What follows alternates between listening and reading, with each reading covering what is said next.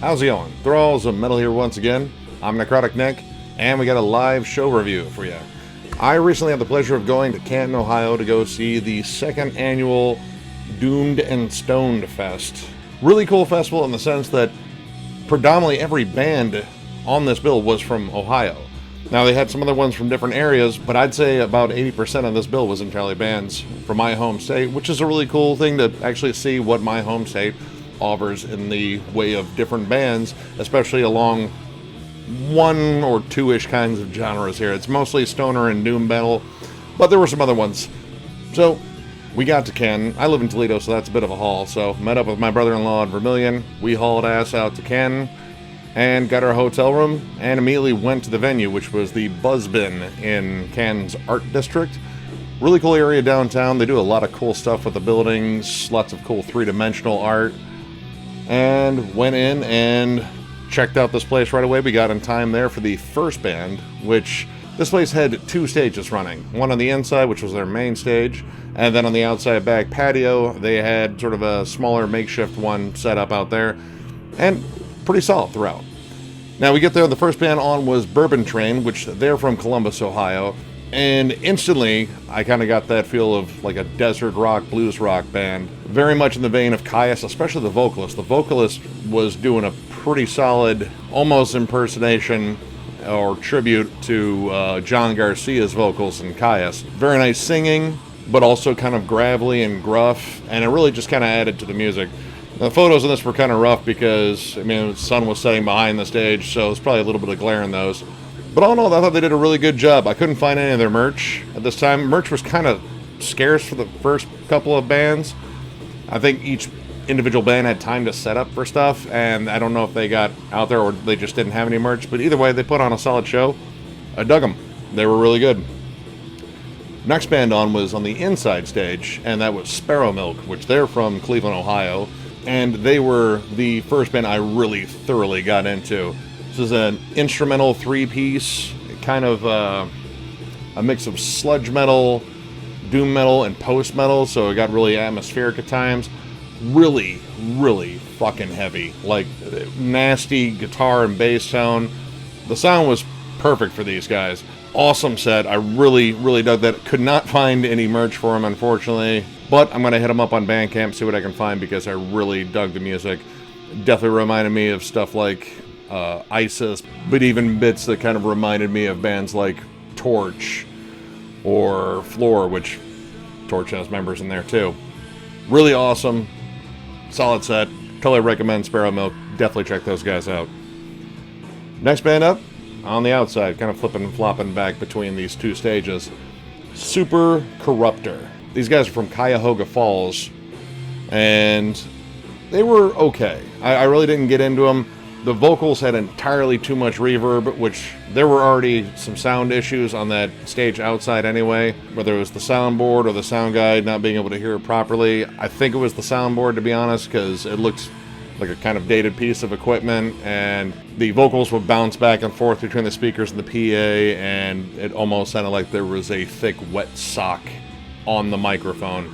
Everything sounded very muffled. It was unfortunate because, you know, the bands that played on there, while being really good, kind of struggle with that. But Supercorrupter had their frontman's vocals drenched in reverb, and it was a really long, loud reverb too. And his vocals kind of ranged from wailing and screaming, like almost kind of Glenn Danzig-ish in parts, to some deep growls here and there. Now musically I thought they were kind of cool, because it was kind of that desert rock when it still had bits of punk in it too. And it was also kind of like sludgy rock too. Really embodied like a little bit of that Louisiana sound with a little bit of that desert rock sound. And I thought it worked out pretty well for the most part. And I really liked the bassist bass tone. Like, he had a really crunchy, distorted sound that really fit with their overall feel. Check them out. Check any of these bands out, of course. But really didn't get into them that much, but I didn't think they were terrible. Now, next up we had Cult of Sorrow from Cincinnati, Ohio. They were more of a traditional, straightforward, hard rock, meets a bit of doom metal. You know, kind of like Trouble and St. Vitus, but then just throwing a bit of like ZZ Top swagger in there too. Definitely seemed like they were one of the older bands on there. Most of the members seemed a bit older, and I assume they'd been around for a while. Pretty solid set. I thought the songs kind of ran together. They were a little too similar back to back. But all in all, I didn't think they were terrible. I just didn't get into them as much because they didn't have a single song in their set that really stood out to me because they kind of ran together and it sounded very similar. Again, another band to still check out. Thought they weren't bad, but I just didn't get into it. Now, next up we had Brujas Del Sol, and they were on the outside stage. So once again, back out into the heat. They were really, really good. These guys had more of a kind of a groovy, boogie, space rock sort of thing going on. Like there was definitely bits in there that reminded me of like Pink Floyd and Hawkwind, but with kind of a clutch-like groove and swagger to it. Now, they do vocals, but because of the vocal issues and the mic issues, the guitarist was like, you know what, we can just do an instrumental jam. Like there were a couple times where he tried singing again, but it just didn't sound right. But musically, those guys were on point. Really got into them. They're definitely like not as heavy as most of the bands we saw, but they were really good. They executed well, and it was a lot of fun to watch those guys play. Now, back inside, we checked out Temple of the Fuzz Witch. Holy shit, this was the loudest bass tone I have heard almost anywhere. This bass tone was so heavy, it shook everything. I could feel that bass tone in my fucking feet, in my fucking teeth. I swear to God, a filling fly rattled out of my fucking teeth. It was nuts how heavy it was. It was so heavy the PA kept cutting out. It wasn't so heavy where it was drowning out everything else. Like, the guitarist definitely needed a little bit of lift, and he got that. It was immense. These guys are from Detroit, Michigan, and really young band. These guys seem really new to the scene. I think they only have one full length out, which I picked up, and I'll be going over in a collection update, of course. It was just an immense sound. Like, this just definitely came from, you know, tons of sleep worship, you know, real slow, real chuggy, real nasty sounding, a lot of Electric Wizard sort of fuzziness of the vocals, at least from what I heard on here. They had a solid set. I really dug them. They were an awesome band. Of course, I had to get some shit. I even picked up a little t-shirt here. Fortunately, all they had was XX. And, you know, the logo doesn't really take up much of the shirt, but hopefully this thing shrinks because it's a little baggy. But dig them, and it was worth supporting these guys. They were incredible. So next up, on the outside stage, we had a band called Stillborn Prodigy. Now, these guys are from Canton, so they were the hometown heroes here. And they were not a stoner rock band. They were not a doom metal band. They were more of like kind of a traditional groove metal band, like almost like, you know, Prong, Pantera, Lamb of God, that sort of thing. And they kind of stuck out for that reason. I thought they were all right, but it kind of felt like I've heard a lot of these songs before by those bands I mentioned earlier. It just kind of came off as a little stale. This guy still had like a lot of high energy. Unfortunately, I only stuck around for one song because by then we were fucking starving. So we had to go hit up a pizza joint and get a couple of slices of giant New York style pizza, which that really fucking hit the spot. That was awesome.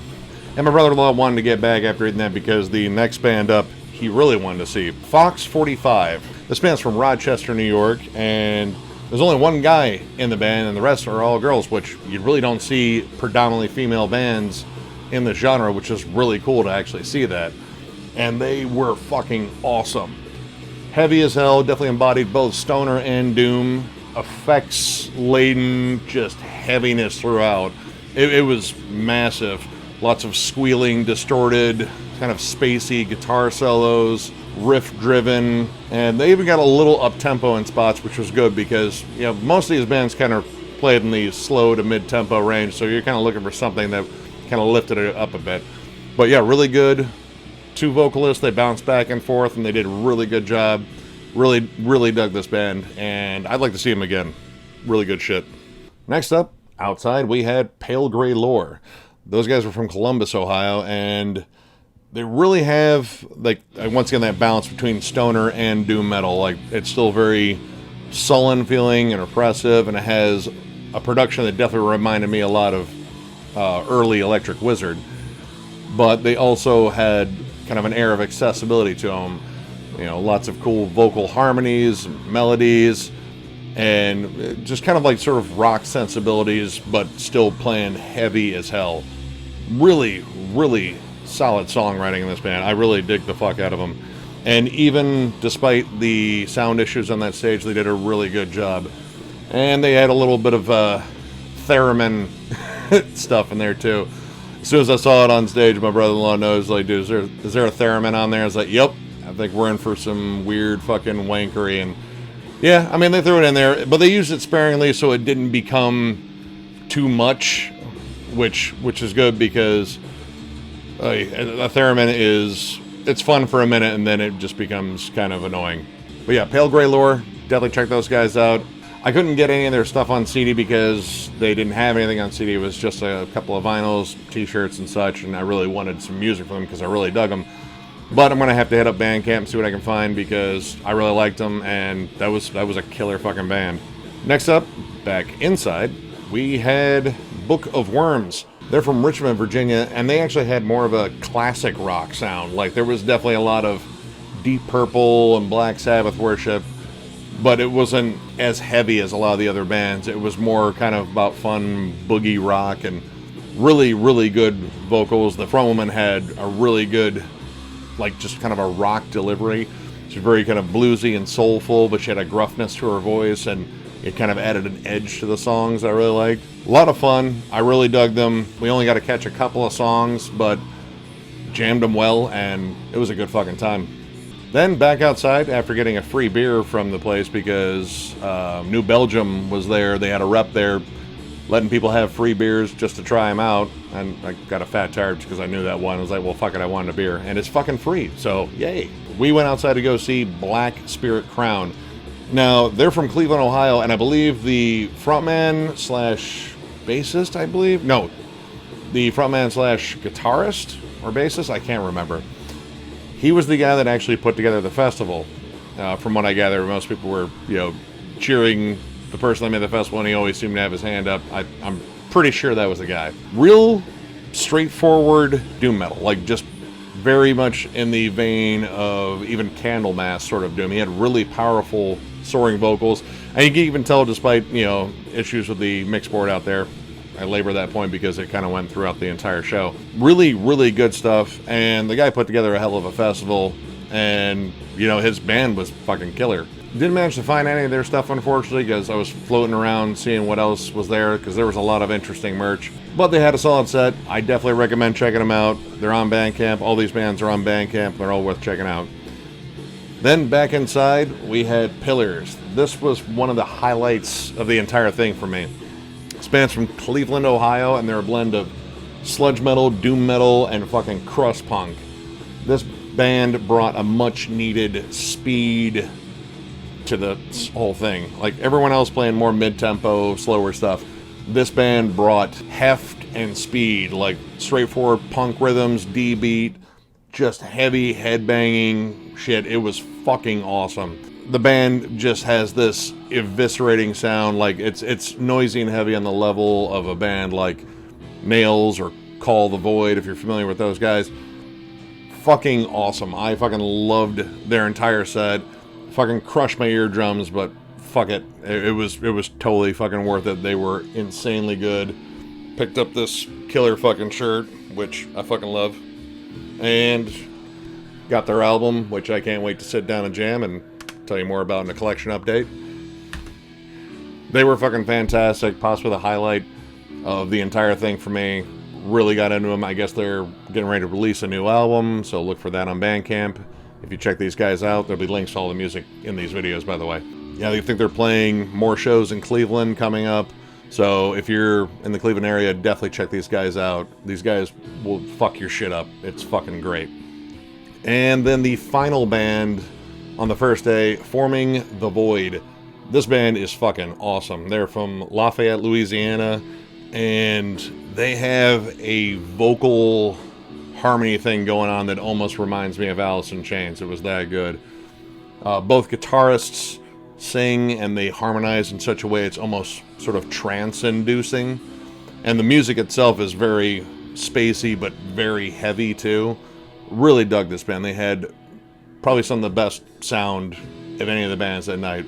I fucking fell in love right there. They sounded spot on, tight, and just groovy. All the songs were really heavy and very like built in a way they were like kind of slow builders, and they just kept getting more epic as they kept going along. Incredible band. I fucking loved the shit out of that set. They were insane. And I managed to pick up 3 of their albums. And I'll definitely be going over their stuff in a collection update, because I can't wait to jam these. These were... this whole set was insane. I fucking loved it. So yeah, that does it for day 1. Yeah, we went back to the hotel, fucking crashed because we were fucking a little drunk, definitely a lot tired, and we need to rest up for day 2, which I'll be doing a video for not too long after this one. So, if you like the video, give it a thumbs up, and if you're new to the channel, sub. We do shit like this all the time. Catch you guys later.